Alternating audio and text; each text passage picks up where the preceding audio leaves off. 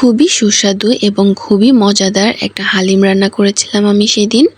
So hello everyone, কি অবস্থা সবার, কেমন আছেন? আশা করি সবাই ভালো আছেন। তো আমি যে হালিমটা রান্না করেছিলাম সেটাই আমি আজকে আপনাদের সাথে শেয়ার করব।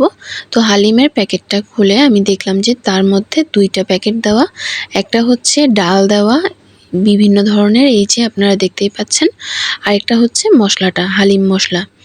তো এই যে ডালটা আমি প্রথমে 2 কাপ পানি গরম করে তারপরে প্যাকেটের পুরো ডালটা ঢেলে দিয়ে রেখে দিয়েছিলাম গরম পানির মধ্যে ভিজিয়ে।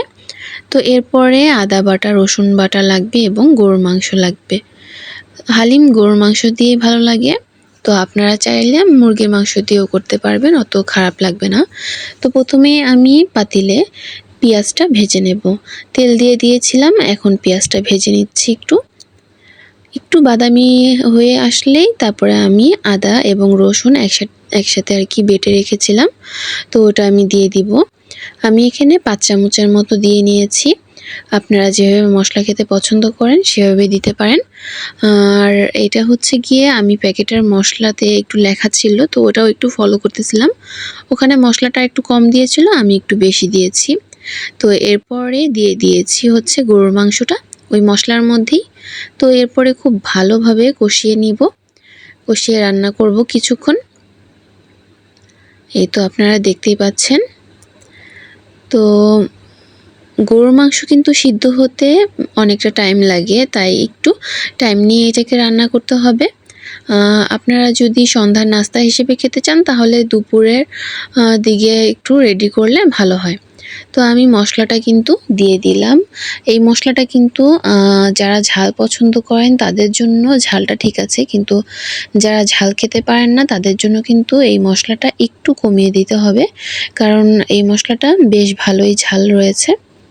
তো আমি একটু কমিয়ে দিয়েছিলাম যেহেতু আমরা একটু ঝালটা কম খাই। তারপরে এই যে ভিজিয়ে রাখা ডালটা সবটুকু দিয়ে দিলাম মাংসটা সিদ্ধ হওয়ার পরে। মাংসটা পুরোপুরি সিদ্ধ হওয়ার পর দেন ডালটা আমি দিয়েছি। অল্প একটু আর কি সিদ্ধ হওয়া বাকি ছিল, তো ওই সময় আমি দিয়ে দিলাম ডালটা। তো দেওয়ার পরে খুব আরেকটু কিছুক্ষণের জন্য আমি ভুনা করে নিয়েছিলাম, আর এরপরে আমি পানি দিয়ে দিলাম। পানি আমি এখানে দিয়েছি মোটামুটি 2 থেকে 3 কাপের মতো। তো এই হালিমটা হতে কিন্তু মোটামুটি অনেকটা টাইমই লাগবে। আপনারা 1 ঘন্টা হাতে সময় নিয়ে এই হালিমটা রান্না করে নেবেন। তো এই তো আমার হালিম রেডি, আলহামদুলিল্লাহ, খেতে মজাই হয়েছিল। আপনারাও বাসায় এটা ট্রাই করে দেখতে পারেন। পুরোপুরি 6-7 জনের জন্য এই হালিমটা কিন্তু একদম পারফেক্ট। তো সন্ধ্যার নাস্তায় এরকম একটা হালিম হলে কিন্তু খুবই ভালো লাগে। তো এই তো এ পর্যন্তই, সবাই ভালো থাকবেন। আল্লাহ হাফেজ, আসসালামু আলাইকুম।